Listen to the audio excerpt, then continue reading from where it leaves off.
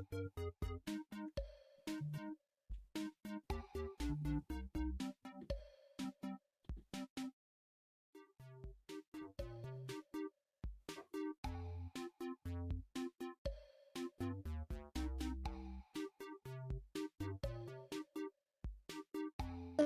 mulai. Gimana Mbak Putri? Ya, bisa. Udah lumayan nih yang join. Oke, wait. Kita langsung mulai aja. Assalamualaikum warahmatullahi wabarakatuh. Waalaikumsalam warahmatullahi wabarakatuh. Salam sejahtera bagi kita semua. Selamat siang buat Kak Vita Nilasari dari Baby Plastik Bag Jogja, dan mereka keduanya ini merupakan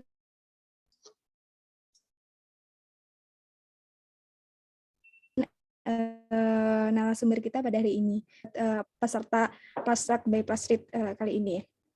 Di sini saya dengan Nur Cahyati sebagai pembawa acara yang akan memandu acara hari ini hingga selesai, dan saya akan menjelaskan sedikit gitu tentang Plastik ini. Jadi Plastik ini merupakan webinar perdana dari Plastik sebagai salah satu bentuk upaya kami untuk mengenalkan Plastik, juga untuk meningkatkan awareness bagi praktisi bisnis gitu, agar aware terhadap green business seperti itu. Harapannya sih dari acara ini kita juga bisa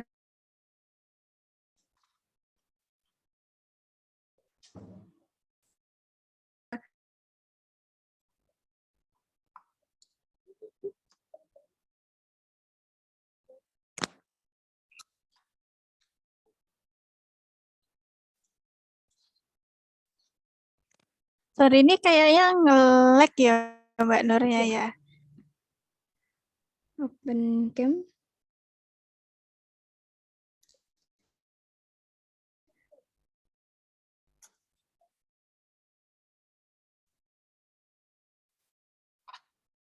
Stabil.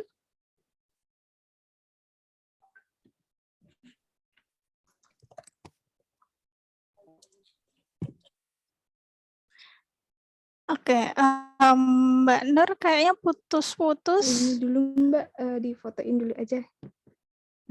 Mungkin nanti di sesi terakhir kita bisa foto ulang.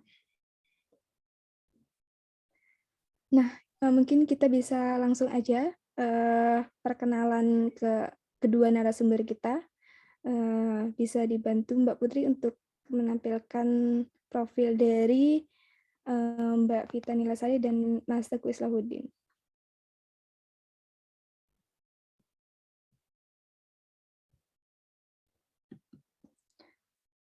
Nah, oke. Ini nama lengkap adalah Vita Nilasari. Mbak Vita Nilasari ini adalah lulusan dari jurusan Sains Universitas Negeri Yogyakarta 2016 sampai 2020, dan merupakan student master degree atau S2 di Universitas Gadjah Mada. Nah, Mbak Vita ini telah mendapatkan the most outstanding student di UNY 2 tahun berturut-turut di tahun 2019 dan tahun 2020. Dan selanjutnya pemateri kita ini ada Mas Tengku Islahuddin. Beliau ini merupakan founder dari Salangatai Coffee dan juga merupakan head barista dari La Ceiba Coffee. Nah, beliau ini sudah terlisensi secara profesional oleh BNSP sebagai profesional barista. Nah,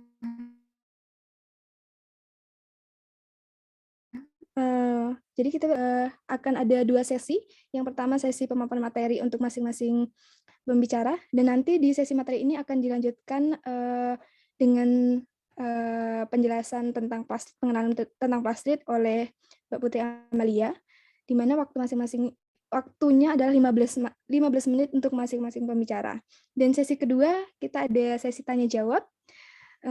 Di sini teman-teman peserta bisa mengajukan pertanyaan melalui kolom chat atau juga bisa langsung mengajukan pertanyaan dengan raise hand untuk bertanya langsung kepada narasumber. Nah, kita langsung aja. Di sini sudah ada Kak Vita Nilasari. Halo Kak Vita. Halo. Halo. Oke, gimana Kak kabarnya Kak? Alhamdulillah baik, sehat. Ini dilihat dari CV-nya keren sekali. Kak Vita ini 2 kali berturut-turut.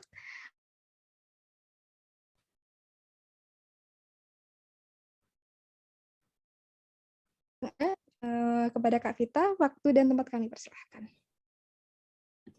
Baik, saya izin untuk share screen.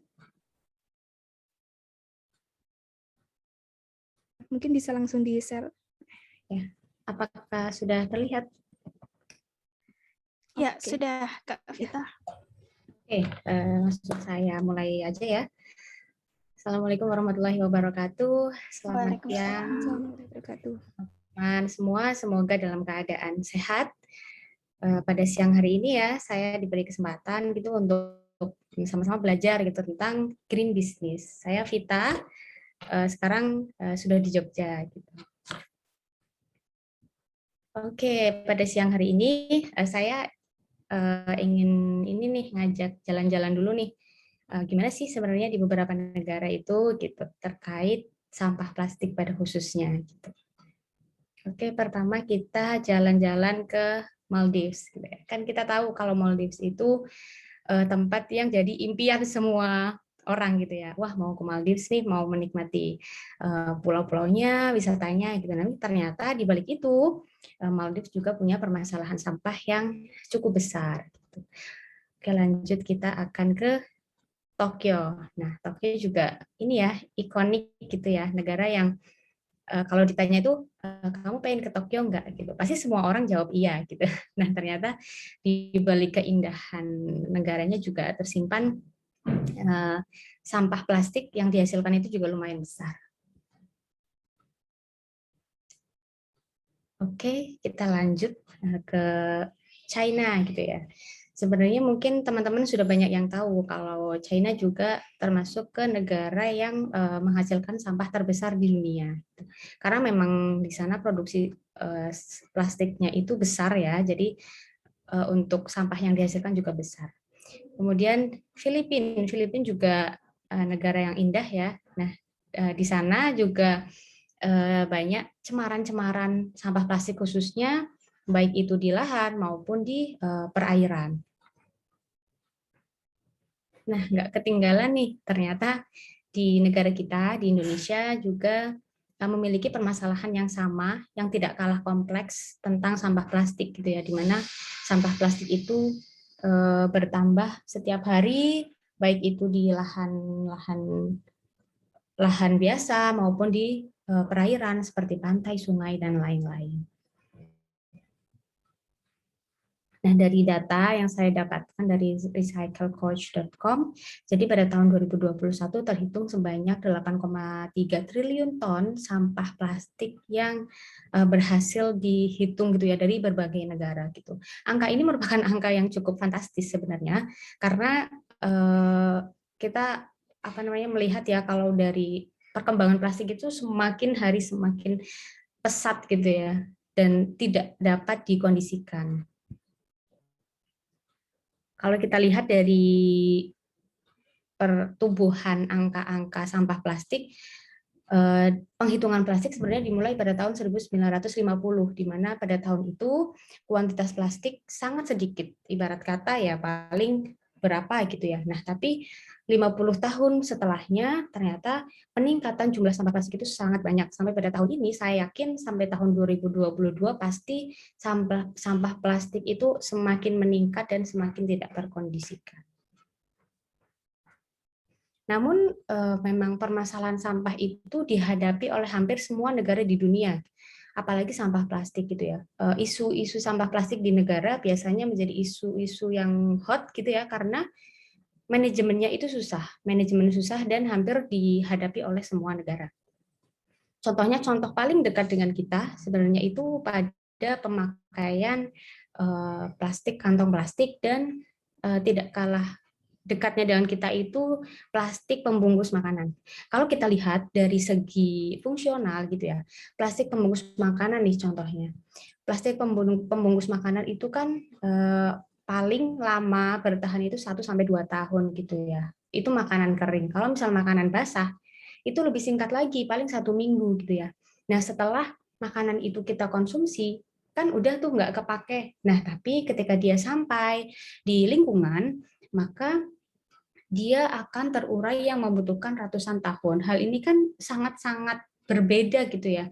Ketika misal contoh makanan plastik pembungkus makanan itu hanya terpakai 1 minggu, tapi dia terdegradasi membutuhkan waktu yang sangat lama. Nah, itu yang harus menjadi concern kita. Nah, seperti yang tadi saya sampaikan ya di awal, beberapa negara tadi termasuk ke dalam negara dengan peringkat penghasil plastik terbanyak. Jadi untuk peringkat pertama itu diduduki oleh China, kemudian kedua itu oleh Indonesia, yang ketiga oleh Filipina, dan yang keempat oleh Vietnam. Gitu. Karena keempat negara ini memang bergelut dengan permasalahan sampah plastik khususnya yang cukup signifikan. Gitu.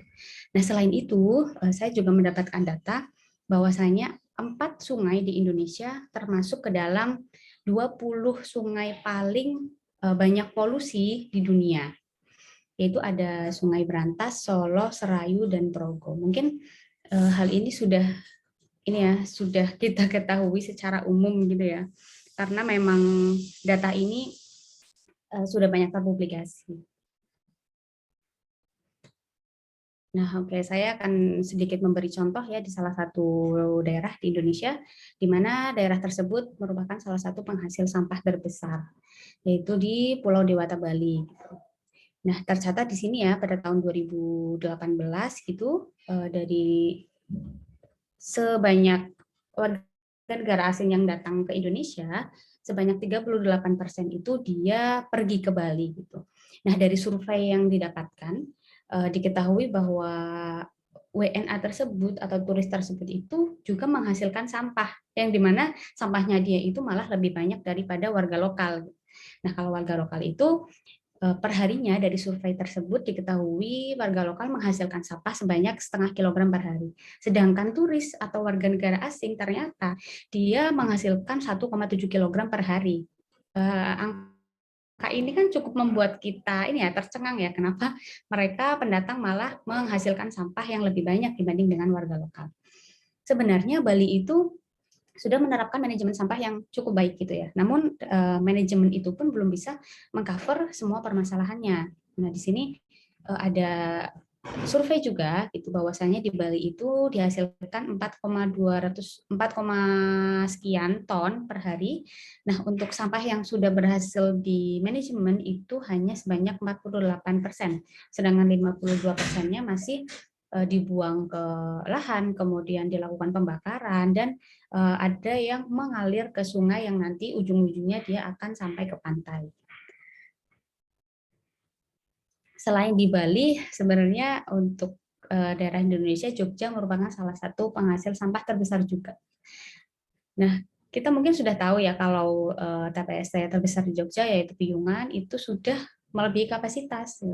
Namun kalau saya dengar sih mungkin sedang ada usaha untuk ini ya perluasan kembali gitu. Nah, untuk yang di TPST itu didapatkan info bahwa setiap harinya itu hampir 200 truk yang mengangkut sampah dengan jumlah sampahnya itu 600 sampai 700 ton tiap per hari.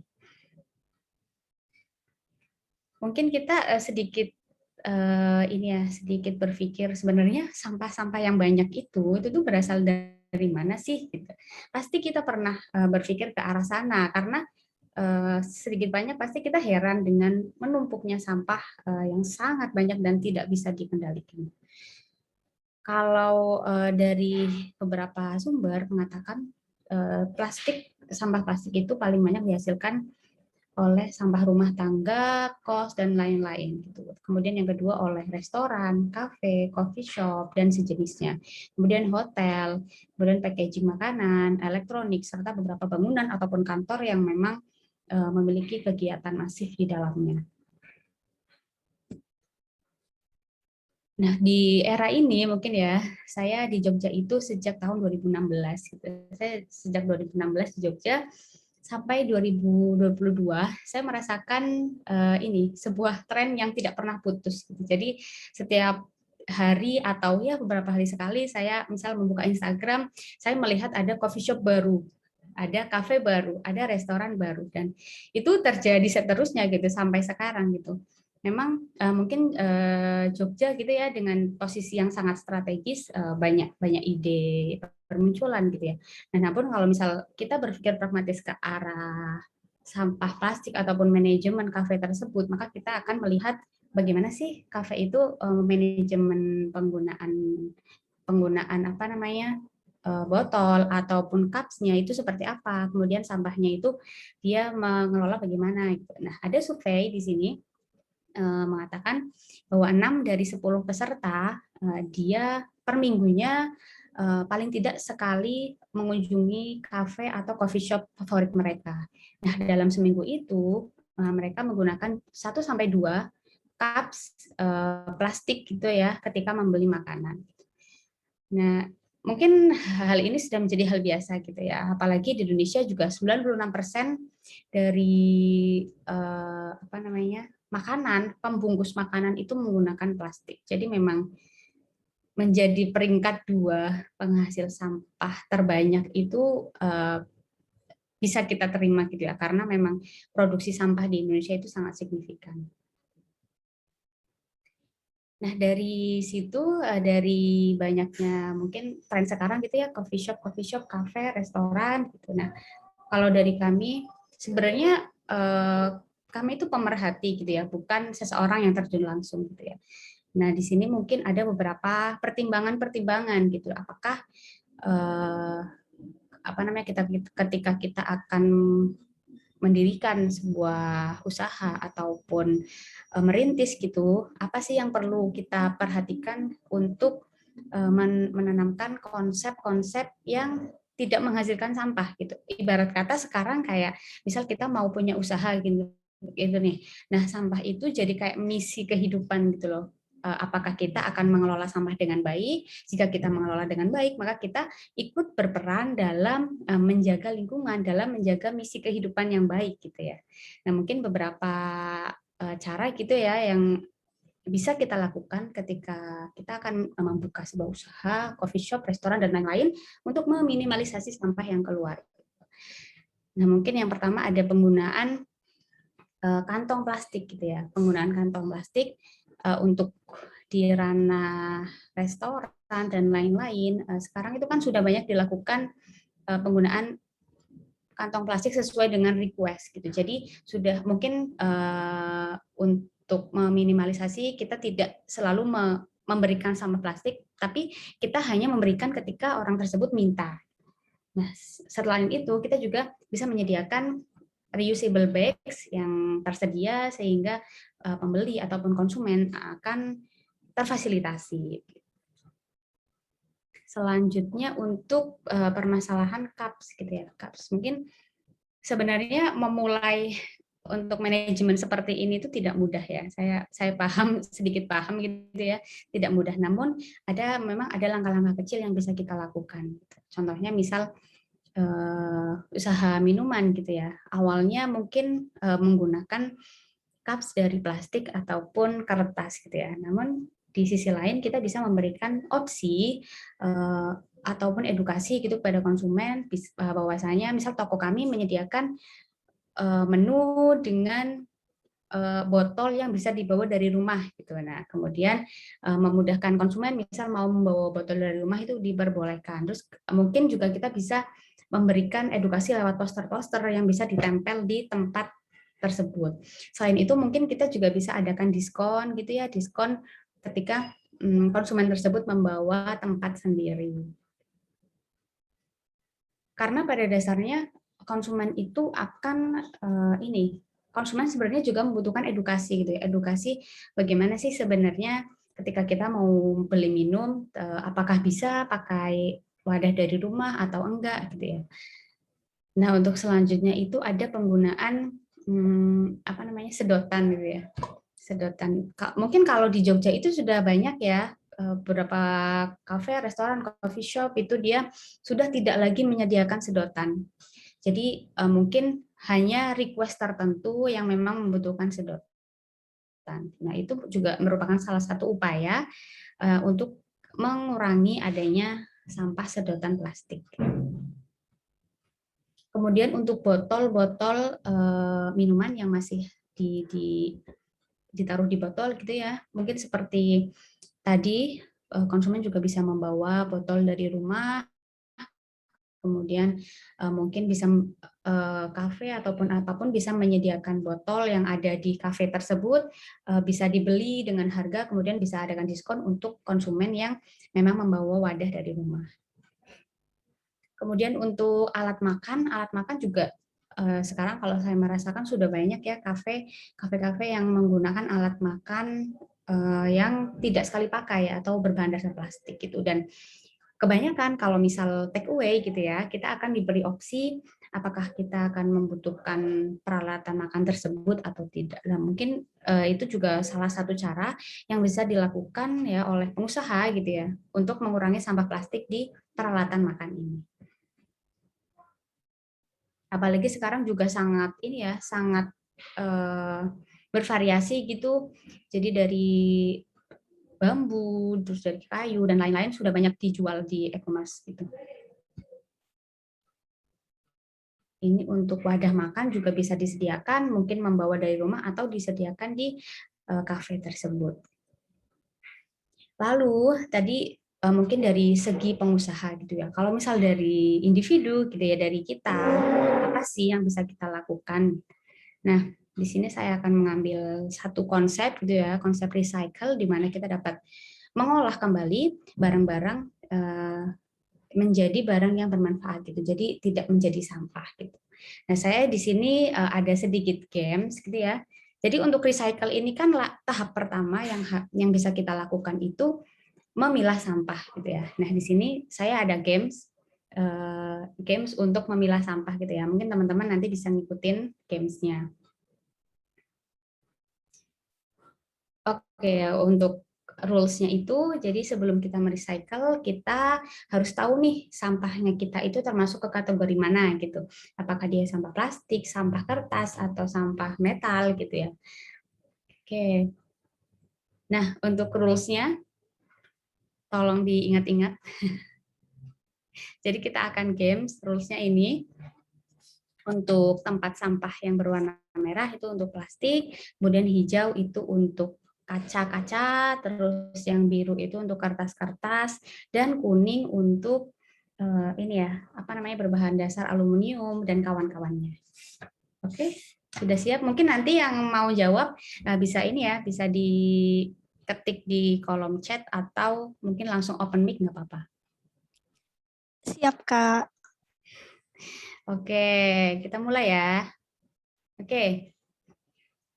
Untuk kertas, kardus, kira-kira masuk ke tempat sampah nomor berapa nih? Ada yang bisa jawab? Waduh. Nah, ini ada yang jawab, Kak, dari di chat nih, Kak. Green. Oh yes. Coba ya, kita klik green. Ya, bukan ternyata. Ayo. Tadi kertas dan box itu masuk ke tempat kuning. Oke. Biru ya, Biru-biru. kita coba. Ya, betul sekali. Jadi tadi sesuai rules di awal ya, kalau misal kertas itu dia masuk ke tempat sampah warna biru, dan sampah ini plastik box dan kertas itu dia dapat terdekomposisi maksimal 5 tahun gitu. Untuk paling cepat dia bisa 2 minggu. Oke, next ya. Oke, selanjutnya ini plastik, barang-barang plastik. Kira-kira dia masuk ke tempat sampah nomor berapa nih? Ada yang bisa jawab? Ada yang mau jawab? Silahkan. Merah, oke. Ada yang jawab ya? Merah? Ya, betul sekali. Jadi plastik masuk ke tempat sampah warna merah. Nah, untuk plastik sendiri, dia bisa terdekomposisi lebih dari 500 tahun ya. Jadi membutuhkan waktu yang sangat lama. Maka dari itu ini merupakan concern kita bersama. Oke, next ini kaca, botol kaca gitu. Botol kaca. Hijau, oke. Kita coba apakah betul? Oke, that's right. masuk ke ini ya, warna hijau. Dan untuk sampah ini, sampah kaca gitu ya, sebenarnya belum ada data resmi gitu ya kalau sampah ini tuh bisa terdekomposisi berapa tahun, karena biasanya kaca itu tergantung dengan bahan-bahan penyusunnya. Jadi nanti akan masing-masing tergantung masing-masing. Oke, lanjut. Terakhir, dia akan masuk ke mana nih kira-kira? Kantong plastik. Kuning. Kuning ya. Coba saya lihat. Tinggal kuning aja. Oke, kita coba ke warna kuning. Yes, right. Untuk bahan-bahan metal, dia bisa terdekomposisi selama 50 sampai 100 tahun, lumayan banyak juga. Oke. Nah, dari games-nya tadi ya udah selesai gitu. Nah, dari sampah-sampah yang diproduksi tadi itu ya sebanyak 300 triliun ton gitu. Nah, ternyata hanya 9% sampah plastik yang menggunakan metode recycle gitu ya. Maka dari itu tadi saya mencontohkan kalau misal mau recycle itu hal pertama itu harus memilah dulu. Setelah memilah kita baru tahu mau diapain nih sampah kita gitu. Karena di data dari dunia dari beberapa negara itu menunjukkan hanya 9% gitu yang baru sampah yang bisa dilakukan recycle. Jadi sangat-sangat sedikit ya. Nah, kemudian selain itu, selain recycle, sebenarnya hal-hal kecil yang bisa kita lakukan untuk mengurangi sampah plastik itu salah satunya menggunakan reusable bags atau bags kantong tas ya, tas apapun yang tidak berbahan plastik ataupun yang bisa digunakan untuk seterusnya. Jadi yang tidak menghasilkan sampah gitu. Khususnya untuk kita ya, misal yang cewek-cewek ataupun cowok-cowok gitu yang belanja atau di kemanapun usahakan membawa tas yang bisa kita bawa dan nantinya tidak menghasilkan sampah plastik. Nah, beberapa kegiatan juga bisa kita lakukan ya untuk membersihkan pantai gitu ya, karena memang rata-rata pantai khususnya di Jogja ya, itu juga banyak tercemar sampah plastik. Nah, mungkin misal kita lagi main nih hari Minggu, besok kan hari Minggu nih ke pantai, misal ada sampah, bolehlah kita berperan gitu ya, berperan untuk mengumpulkan sampah tersebut. Kemudian ini juga hal-hal yang sangat dekat dengan kita gitu ya, untuk menggunakan kembali barang-barang yang bisa kita gunakan gitu, ataupun dengan meminimalisasi sampah dengan membeli bahan-bahan yang memang dia bisa terpakai untuk seterusnya. Oke, nah di sini kami dari Bye Bye Plastic Bags Yogyakarta, kami juga punya nih beberapa kegiatan, yang bertujuan untuk untuk meminimalisasi sampah, kemudian untuk membantu menanggulangi permasalahan sampah, gitu ya. Nah, kami ada beberapa kegiatan di sini ada SOS, gitu ya, seputar obrolan sampah, di mana kita di sini berdiskusi tentang beberapa isu-isu tentang sampah, gitu ya, tentang sampah. Kemudian kita juga ada school visit. Kami bertemu dengan anak-anak ya di SMP, SMA untuk memberikan sedikit pengetahuan tentang manajemen sampah, tentang zero waste. Itu harapannya nanti kita bisa memupuk kesadaran sejak dini. Nah, ini juga kita punya campaign gitu ya untuk mengetahui sampah apa saja sih yang kita hasilkan setiap harinya gitu. Apakah banyak ataupun sedikit, nah kita lakukan selama 1 minggu. Kemudian ada juga conference di mana kita mengambil berbagai isu sampah gitu yang tentunya diisi oleh para pemateri di bidangnya masing-masing. Kami juga ada bersih pantai gitu ya, sekaligus healing gitu. Nah, kita ada tuh, terus ada beberapa seperti pelatihan gitu, pelatihan bagaimana sih manajemen sampah, bagaimana kita meminimalisasi sampah di kehidupan sehari-hari. Nah, selain itu kita juga ada nih pre-order untuk beberapa barang-barang gitu yang pastinya dia reusable, dia tidak menghasilkan sampah. Mungkin kalau misal ada yang tertarik gitu ya, tertarik PBPB, kegiatannya apa aja nih gitu, boleh follow Instagram dan visit di website ya, karena di website kita juga ada beberapa artikel yang membahas tentang isu-isu sampah plastik. Oke, mungkin sekian yang bisa disampaikan dari saya. Terima kasih. Wassalamualaikum warahmatullahi wabarakatuh. Waalaikumsalam warahmatullahi wabarakatuh.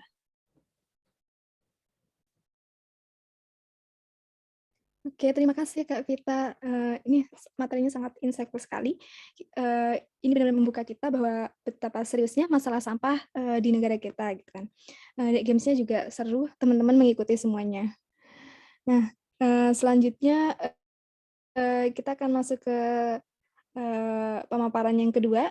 Kita sudah ada Mas Islahuddin, yaitu dari founder dari Salengate Coffee. Selamat datang Kak Tengku Islahuddin. Halo, selamat siang, kawan-kawan. Siang, Mas. Oke, untuk jelasnya gitu.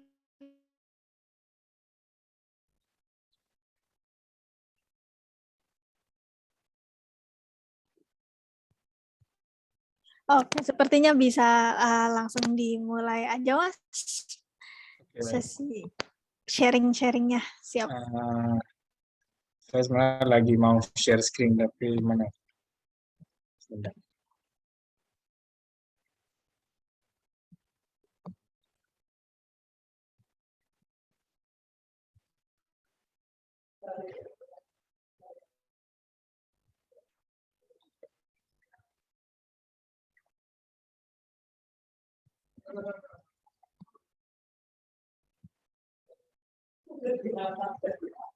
Sebentar.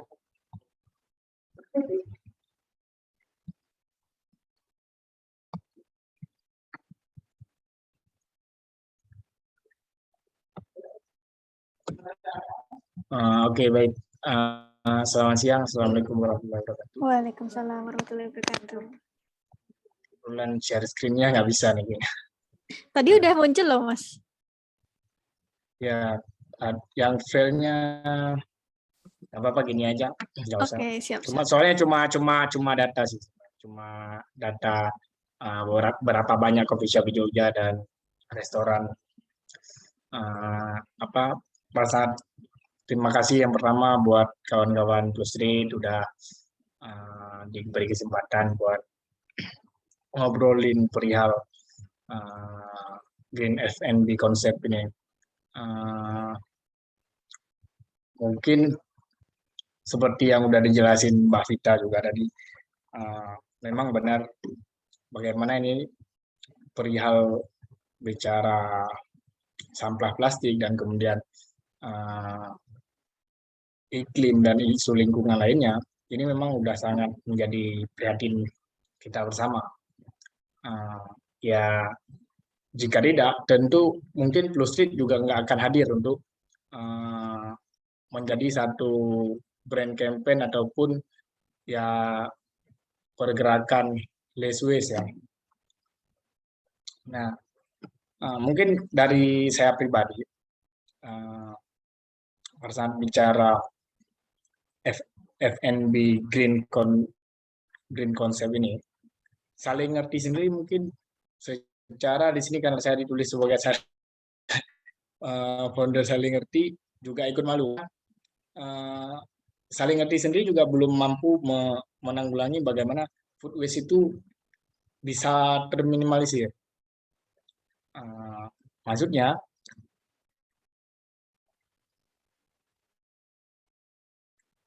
tidak cuma saling ngerti yang di sini memiliki apa ya bahasanya problem ini, dan bayangkan saja berapa banyak restoran ataupun coffee shop yang sudah lama ataupun yang baru ini masih bisa dibilang beberapa di antaranya belum sepenuhnya sadar, dan ini cukup berbahaya ke depannya. Nah, upaya-upaya kecil ini memang harus terus digalakkan. Ya, minimal sekali, tidak hanya apa ya bahasanya, tidak hanya melakukan campaign-campaign saja.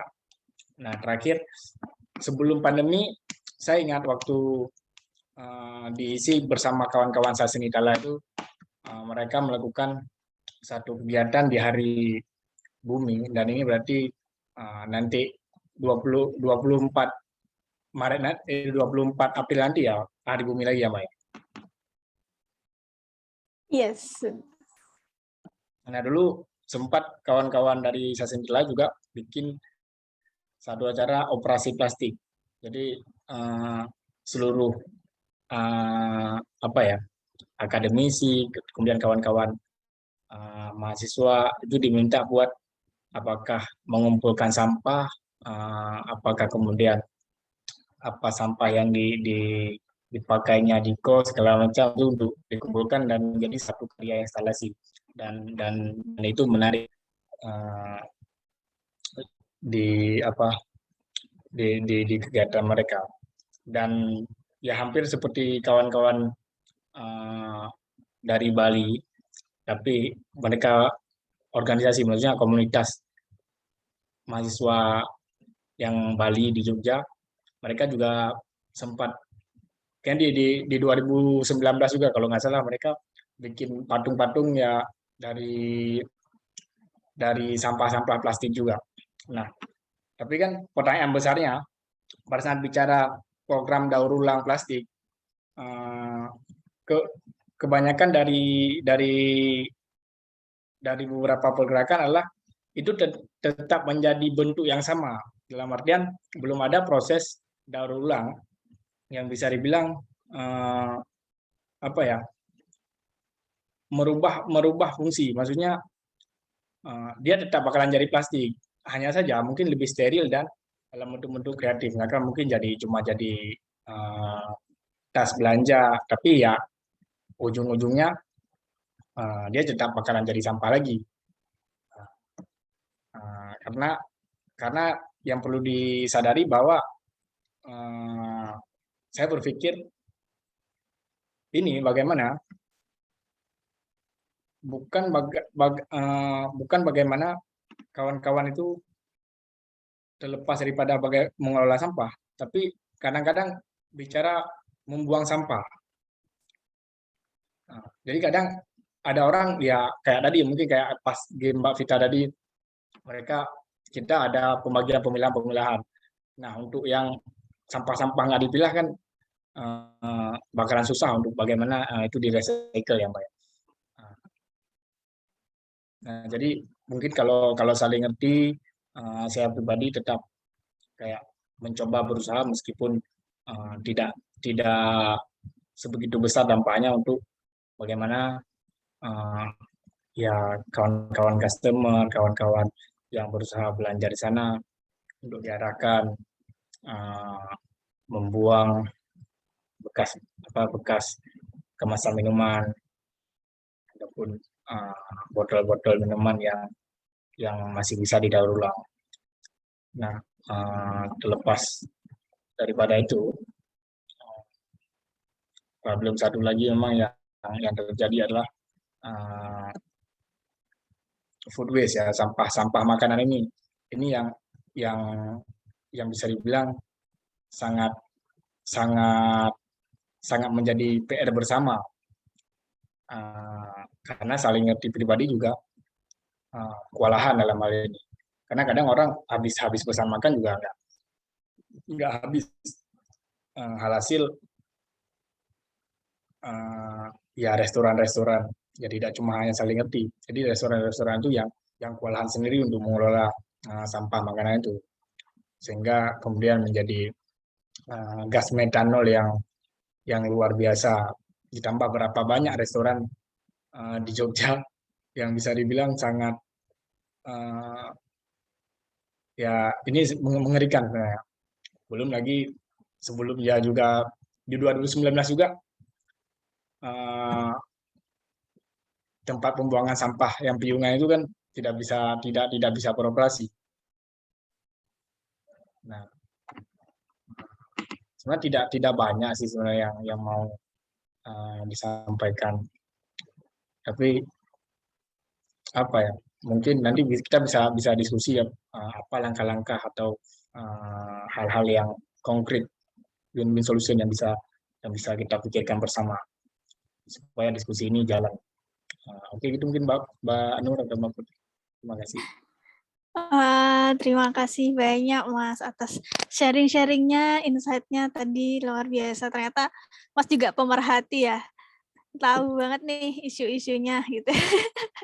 Sebenarnya kalau dibilang pemerhati nggak juga, karena kalau dibilang aktivis lingkungan itu bakalan beban moralnya bakalan lebih gede. Ya, betul. Tanpa disadari kita tiba-tiba membuang sampah sembarangan juga kan tuh. Nah, disoroti, waduh kok aktivis dibilang tuh. Jadi lebih baik ke agak ke ini aja. Oke. Siap. Nih Mbak Nurnya lagi ada masalah jaringan, jadi dia keluar dari Zoom-nya. Mungkin nanti bakal balik lagi. Tapi saya mau menyapa dulu nih, dari sini ada perwakilan dari IBISMA UII, ada Pak Bagus Panuntun. Selamat siang Pak Bagus, dan juga ada Mas Putra dari IBISMA. Selamat siang Mas Putra. Ya, selamat siang Mbak Putri. Selamat siang teman-teman semua. Siang Pak Bagus. Gimana kabarnya Pak Bagus? Ya, alhamdulillah baik. Alhamdulillah baik. Terima kasih Pak udah menyempatkan hadir ke Plastalk pertama ini Pak. Iya, semoga seru. Ada Mbak Afis juga di sini. Salam buat Mbak Afis juga. Halo Ibu Afis. Ya, halo Mbak Putri Amalia. Akhirnya ketemu juga di sini. Halo Mas Bagus. Ternyata ini ya circle-nya Mbak Amalia, Putri Amalia juga. Oke, siap. Semoga kolaborasinya makin mantap ke depannya. Iya. Sorry background-nya masih soalnya tadi masih ada kuliah sertifikat gitu. Iya, kelas CFP-nya Mas ini ya, Mas Mas Adi ya? Iya. Oke. Sukses Mbak Fis. Ya Mas Bagus, terima kasih udah support juga Plastreet sama Mbak Putri Amalia juga. Hebat banget ya, ini mereka tuh masih muda, udah sampai internet. Dan kemarin saya kenal Mbak Putri Amalia sama Plastreet itu karena SMA saya kan ada istilahnya competition dengan Skyline Vietnam. Nah, yang di-explore itu Plastreet. Mantap banget Mbak Putri Amalia sama timnya nih.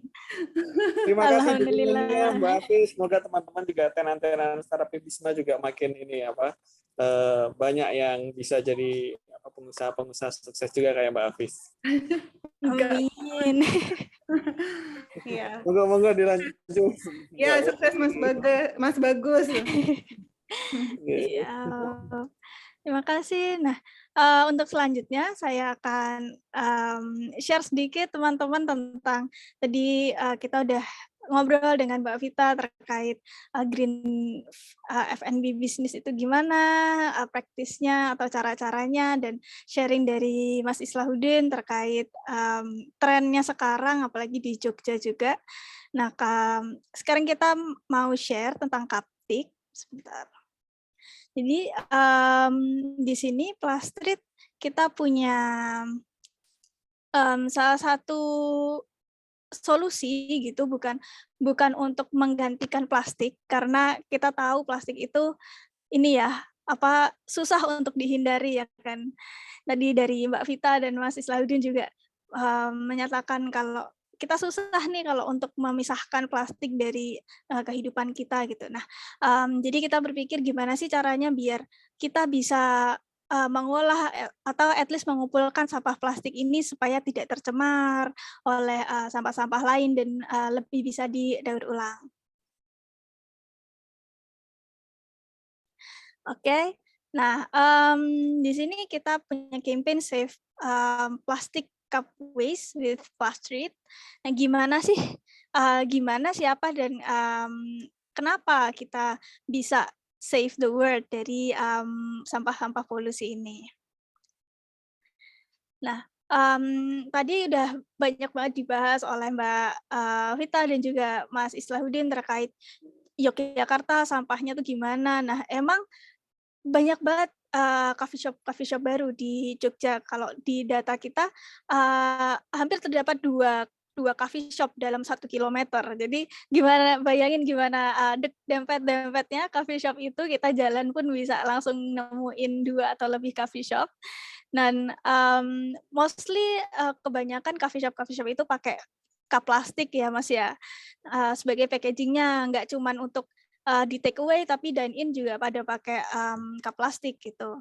Nah, terus sekarang kalau kita lihat data yang plastik waste aja, sampah plastik aja yang masuk ke landfill, ke piungan, itu setiap hari itu 120 ton, terakhir datanya kita cari. Nah, 120 ton itu kalau kita bayangin, itu beratnya adalah 64 unit Pajero Sport loh teman-teman. Loh, gimana nih? Udah kebayangkan gimana banyaknya sampah plastik yang masuk ke piungan tiap hari. Makanya nggak heran kalau sekarang piungannya udah ditutup ya terakhir ya Mas ya, karena udah overfilled. Nah, kalau kita hitung-hitung data di Jogja ini per hari terdapat 450.000 cup lebih yang dihasilkan oleh coffee shop di Jogja selama sebulan. Nah, apa sih yang bisa kita lakukan kalau kita udah tahu sampah yang masuk ke piungan itu 64 Pajero Sport, terus coffee shopnya sekarang semakin banyak. Tadi Mbak Vita juga discover kalau dalam seminggu tuh pasti ada aja coffee shop baru kayak gitu. Nah, yang pertama kita harus lakukan adalah segregate atau memilah sampah. Tadi seperti yang Mbak Vita game dari Mbak Vita ini ya, untuk gimana sih yang plastik yang mana, yang kaca yang mana. Nah, itu adalah langkah awal untuk recycle, yaitu segregate atau memilah sampah. Nah, jadi apa sih tujuannya dipilah? Sebenarnya untuk memisahkan apalagi untuk yang organik ya, organik dan anorganik, biar nggak ikut busuk atau nggak ikut ke kontaminasi. Nah, untuk bahan-bahan yang lain sesuai materialnya itu untuk mempermudah agar bisa di-recycle. Nah, terus yang kedua adalah cleaning. Jadi kalau misalnya nih di coffee shop kita udah bisa bedain atau memilah antara isi cupnya, misalnya sisa kopinya atau sisa esnya gitu, dengan cup plastiknya sendiri. Nah, selanjutnya cup plastik ini lebih baik dicuci. Jadi kenapa dicuci? Supaya residu-residu kopinya hilang, susu-susunya hilang, biar lebih awet dan lebih mudah untuk di-recycle. Nah, yang ketiga adalah reuse. Jadi banyak sekali UMKM yang pakai cup plastik bekas, yang memberdayakan cup plastik bekas ini untuk sebuah kerajinan atau untuk yang lain. Tapi kita pernah nih kolaborasi sama satu UMKM untuk dibuat pot tanaman kayak gitu, pot yang kecil-kecil untuk bibit. Ini bisa juga untuk di-reuse. Nah, yang keempat itu adalah recycle.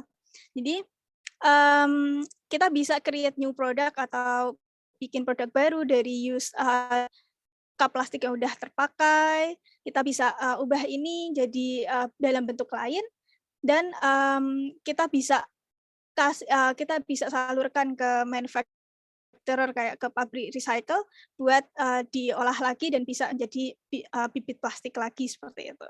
Yang terakhir adalah promote. Jadi kita at least ketika kita udah bisa nggak pakai tumbler misalnya, terus kita udah bisa misahin antara sampah organik, non-organik, sampah plastik, sampah kertas kayak gitu, kita bisa promote ke teman-teman kita atau ke circle kita kalau circular economy ini tuh sangat penting, dan kita bisa do small steps untuk menghindari atau mengurangi sampah yang masuk ke landfill atau ke piungan. Nah, di sini kalau teman-teman penasaran Kaptik itu apa sih? Nah, Kaptik ini adalah tempat sampah untuk cafe, kita punya trash bin di custom buat cafe khusus untuk coffee cups. Nah, kita biasanya divide atau kita bagi jadi tiga section untuk cup sendiri, untuk sedotan sendiri, dan untuk leftover sendiri, atau misalnya kayak esnya atau isi susunya, kopinya kayak gitu, biar bisa terpisah dan bisa segera di recycle. Nah, Cuptik ini segregate plastic waste, jadi kita encourage teman-teman buat memilah sampah. Kita punya 3 bins dari cup, straw, sama leftovers. Nah, kita juga check and store used cups in a safe area. Jadi kita berkolaborasi sama coffee shop, salah satunya adalah Saling RT Cafe, untuk menyimpan dulu cupnya yang udah dipisah oleh customer gitu. Nah, nanti kita akan ambil cup tersebut untuk kita daur ulang. Nah, apa sih keuntungannya punya Cuptik buat coffee shop owner ataupun restoran owner, F&B business kayak gitu? Nah, yang pertama adalah less work, less cleaning.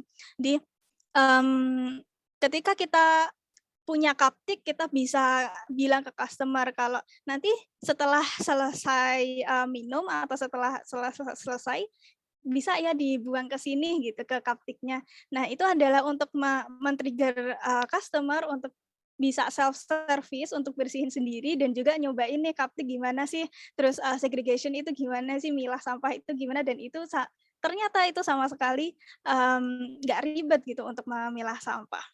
Nah, yang kedua adalah untuk unlock more markets. Jadi kita bisa create banyak campaign collaboration untuk marketing, both untuk dari Plastreet maupun untuk coffee shop-nya sendiri, dan juga untuk branding sebagai green business.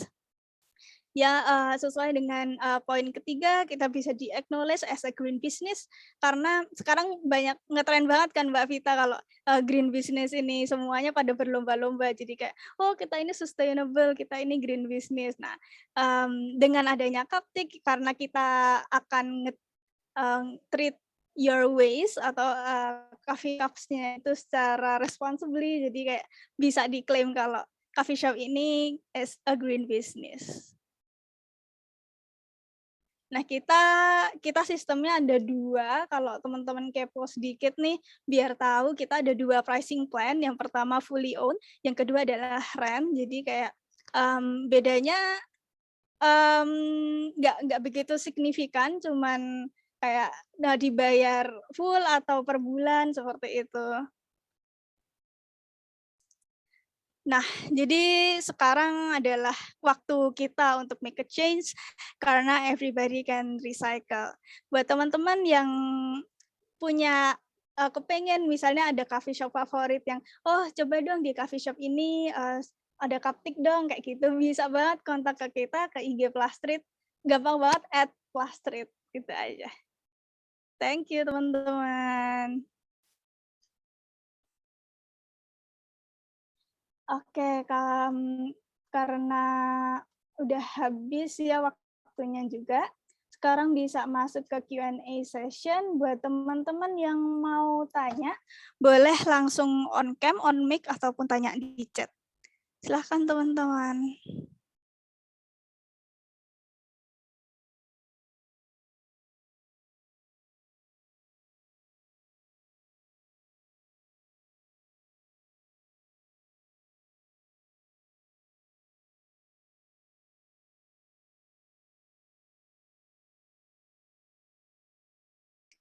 Nih kayaknya masih pada bingung nih mau tanya apa. Kalau aku mau tanya nih, aku ada pertanyaan buat Mbak Vita sama Mas Islahuddin. Ini aku kepo banget nih untuk challenge terbesar dari sisi Mbak Vita maupun Mas Islahuddin dalam melakukan perannya nih dalam menangani sampah plastik nih gimana? Karena kan beda ya dari sisi Mbak Vita sendiri, dari sisi Mas Islahuddin sendiri, mungkin bisa dijelasin?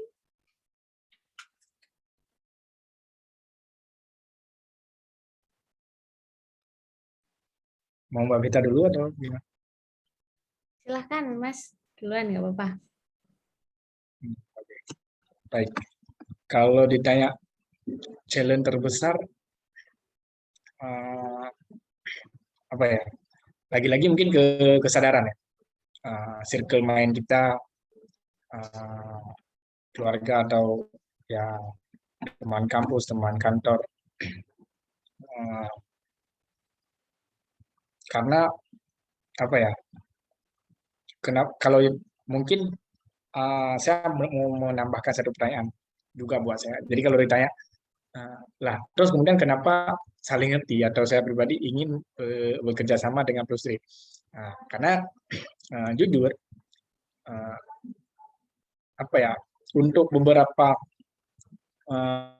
subsektor industri yang notabene mereka mempunyai sampah plastik, mereka juga bakalan kesusahan mengelola itu. Mereka cuma tahunya tiap pagi ada tukang sampah yang datang ngambil sampah mereka, dan begitu terus ya tiap harinya. Jadi sehingga ya upaya-upaya kecil kemana sampah ini harus kebuang, terus setidaknya mungkin plastik lebih pasti untuk sampah ini bisa di-recycle atau punya tempat-tempat pengelolaan yang lebih oke, enggak ujung-ujung ke piungan juga. Kalau ujung-ujung ke piungan juga itu sama saja. Jadi nggak ada bedanya. Juga pas beberapa waktu yang lalu juga di Pasar Wina ya juga demikian. Jadi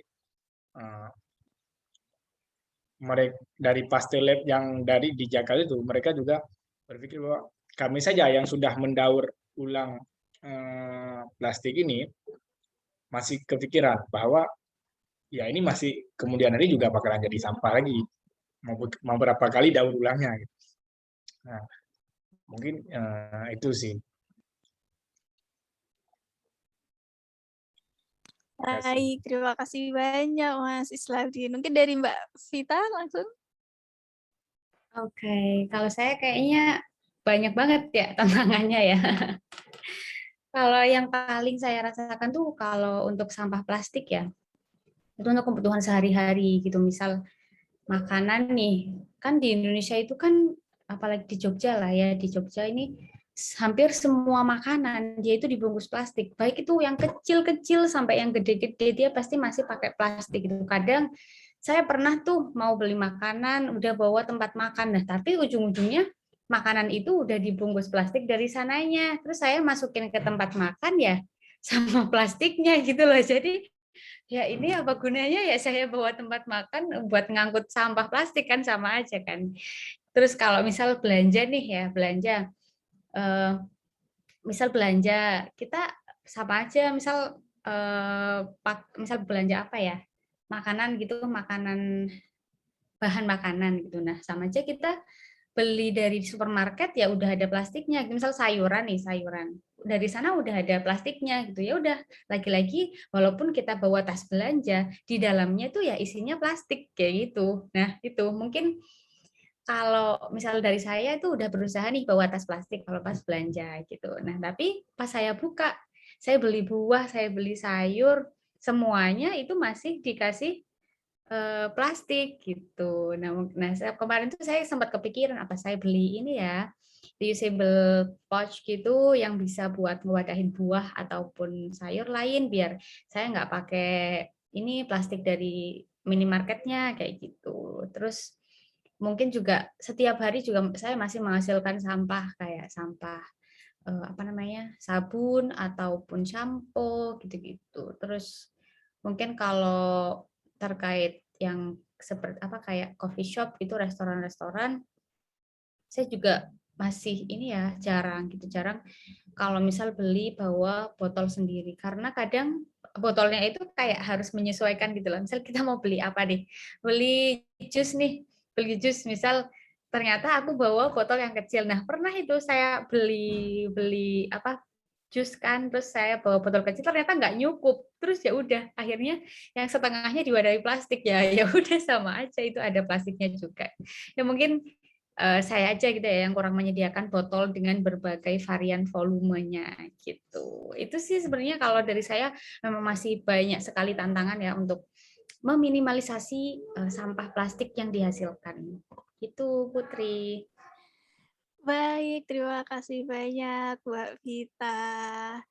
Oke, lanjut ini ada pertanyaan dari Bu Afi. Oke, ini tentang Kaptik nih. Jadi pertanyaannya, kalau tempat usaha kita tertarik untuk kerjasama dengan Plastreet, cost-nya hanya membayar per pick up atau ada biaya sewa Kaptik atau biaya lain? Baik, Bu Afi. Jadi di sini untuk cost-nya yang utama adalah rent trash bin-nya. Nah, sistemnya ada 2 tadi, fully own sama rent own. Ini bisa kalau misalnya untuk fully own itu jadi kayak trash bin-nya ini kita custom nih untuk bisnis ibu, kayak misalnya kita ke Salengirte, kita ukur dulu ya Mas ya, kita sesuaikan sama Salengirte nih gimana, ini nanti mau ditempatinya di mana, karena untuk menempatkan trash bin ini kan agak krusial ya penempatannya, harus misalnya jangan di dekat kasir atau misalnya dekat di pintu keluar atau kayak gimana. Nah, ini kita ukur dulu, kita custom khusus untuk ibu. Nah, nanti untuk biayanya kami bicarakan lagi setelah kita udah desain, terus kita propose ke ibu untuk biayanya apakah mau bayar full, nanti trash bin-nya itu untuk ibu sepenuhnya, atau untuk rent nanti kita biaya kontraknya per 6 bulan, seperti itu, Bu. Oke. Terima kasih Mbak Lia. Ya. Siap, semoga membantu.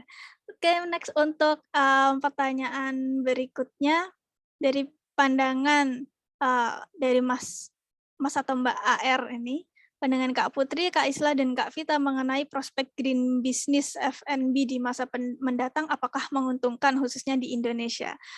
Boleh, mungkin dari Mbak Vita atau Mas Islahuddin dulu nih.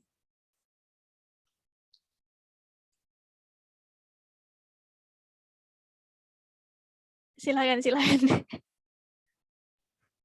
Oke, mungkin kalau dari saya itu karena saya bukan bukan pengusaha ya.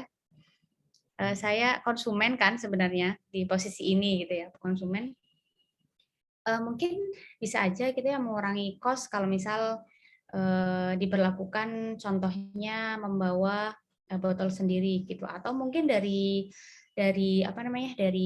si kafe itu dia menyediakan botol atau jar ataupun wadah apapun gitu ya yang bisa dipakai, yang bisa dibeli dan dibawa pulang, itu akan menguntungkan. Cuman masalahnya kan apakah si konsumennya itu mau atau tidak mengambil langkah itu gitu. Nah, mungkin kalau dari saya nggak bisa memperhitungkan ini ya, apakah dia untung atau enggak. Cuman ada value yang bisa kita ambil gitu ketika kita akan membangun sebuah bisnis atau usaha yang berbasis green business gitu ya. Di dalamnya kita itu seperti membawa misi kehidupan gitu, di mana kita bertekad untuk mengurangi jumlah sampah plastik yang dihasilkan, di mana itu akan berdampak panjang, berdampak yang baik ke depannya gitu. Setidaknya kita bukan menjadi orang yang tidak peduli gitu. Setidaknya dengan kita menerapkan green business, kita mengambil satu langkah aktif, satu langkah yang memiliki dampak ke depan gitu.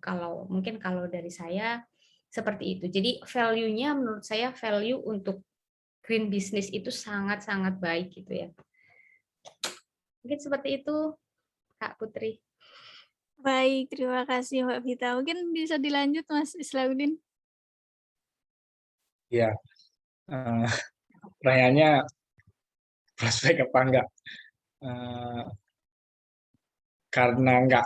Karena bukan bergerak di bidang menjual plastik cepat terurai atau sejenisnya. Sebenarnya kalau banget bicara mungkin green business ini bakalan terkesan mahal karena seperti hadirnya cup daur ulang dari bambu, kemudian cup yang mudah didaur ulang, otomatis cost dari si satu kafe, restoran ataupun kemudian warung kopi dia bakal naik, dan sehingga itu juga bakalan berdampak ke apa ya bahasanya, ke pasar juga. Jadi sehingga ya coffee shop nanti kemudian atau bisnis yang sama ini bakalan nampak eksklusif. Kecuali pemerintah juga punya upaya yang sama. Jadi pada saat coffee shop, restoran atau kemudian apa dan sebagainya, mereka sudah mau untuk melakukan ya plastiknya tempat menaruh makanannya udah nggak plastik, mungkin udah ada tas khusus dari kertas, atau cuma dari kertas kasihan juga, bakalan banyak pemotongan pohon juga nanti. Atau apalah solusi-solusi yang lebih. Atau mungkin pemerintah juga bisa kita mendorong bersama untuk pemerintah bisa menghadirkan recycle center. Nah, setidaknya daripada uang itu digunakan untuk membantu UMKM, terus UMKM beli plastik lagi, sehingga permasalahannya itu terus. Jadi nggak selesai. Ya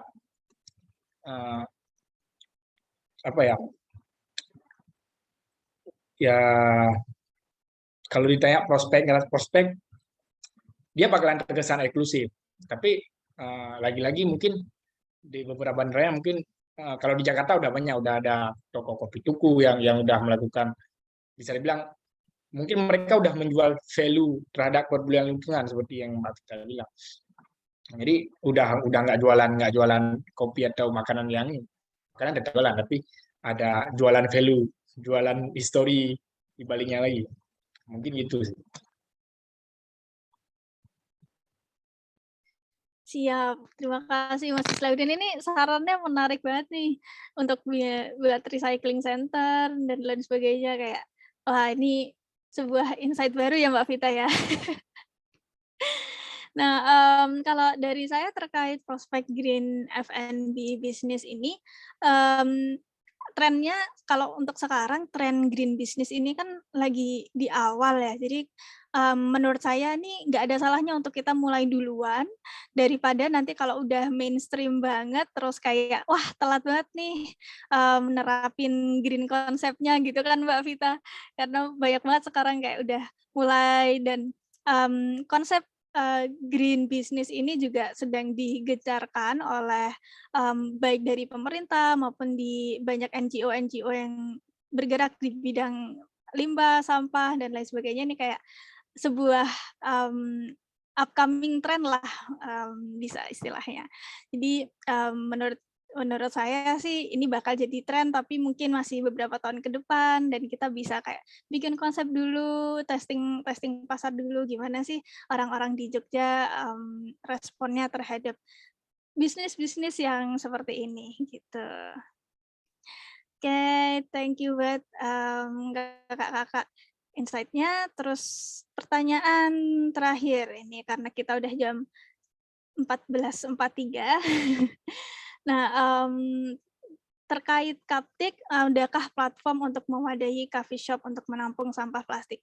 Untuk platform kita belum ada, kita masih by WhatsApp atau by DM Instagram.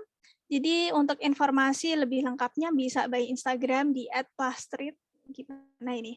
Nggak bisa ditunjuk. Jadi plastriknya tulisan biasa PLUSTREAT, dan bisa DM IG kita, nanti kita ngobrol-ngobrol baik ke tempat Mas Farhan, mungkin bisa on cam dan on mic Mas? Bisa Pak. Oke, gimana nih bisnisnya apa nih Mas? Sebenarnya bukan bisnis saya sih Mbak, cuman penasaran aja. Siap. Nanti kalau kemarin sih Mas Islahuddin kan nge-DM ya Mas ya, terus kita samperin, kita ngobrol-ngobrol gimana sih tempatnya, terus kayak marketnya kayak gimana, jadi kita bisa tailor itu semua ke untuk saling ngerti maupun untuk Plastreet. Gitu, Mas. Siap. Oke, karena waktunya udah lebih, kita bisa foto session dulu. Teman-teman boleh di on cam kan sebentar. Kita mau foto session. Tolong hostnya di remove.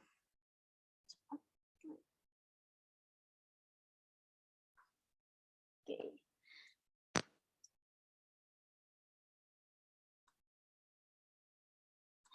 Oke, teman-teman yang bisa on cam, boleh on cam sebentar untuk kita kenang-kenangan nih.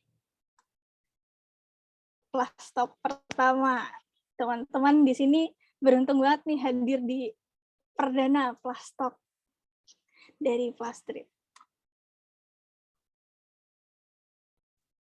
Oke, kita foto 2 kali ya teman-teman, ada 2 slide di sini. Ayo Mas Dimas bisa on cam? Tadi udah on cam sebentar. Oke, siap. Ya, yang lain apakah masih ada yang bisa on cam lagi? Mas Dimas sama Mas Putra ini satu tempat ini kayaknya ya. Oke, baik. Kalau begitu saya mulai ini satu slide aja bisa. Oke, teman-teman. 3, 2, 1. Oke, ulang lagi. Ya, 3, 2. Baik, terima kasih banyak. Nanti. Dan yang terakhir, teman-teman, kita ada form Google Form untuk feedback dan juga untuk e-certificate. Kemarin banyak banget yang nanyain, Kak, ada e-certificate-nya nggak? Ada. Ini ada, akan kita kirim nanti setelah acara, ketika teman-teman udah mengisi form ini sebentar.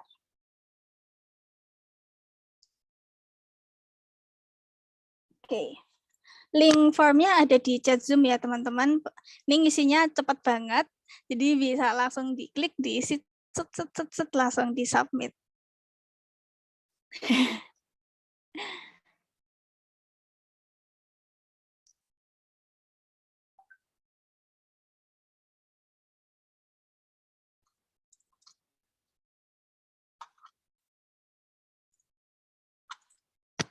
Oke, gimana teman-teman? Udah pada isi formnya?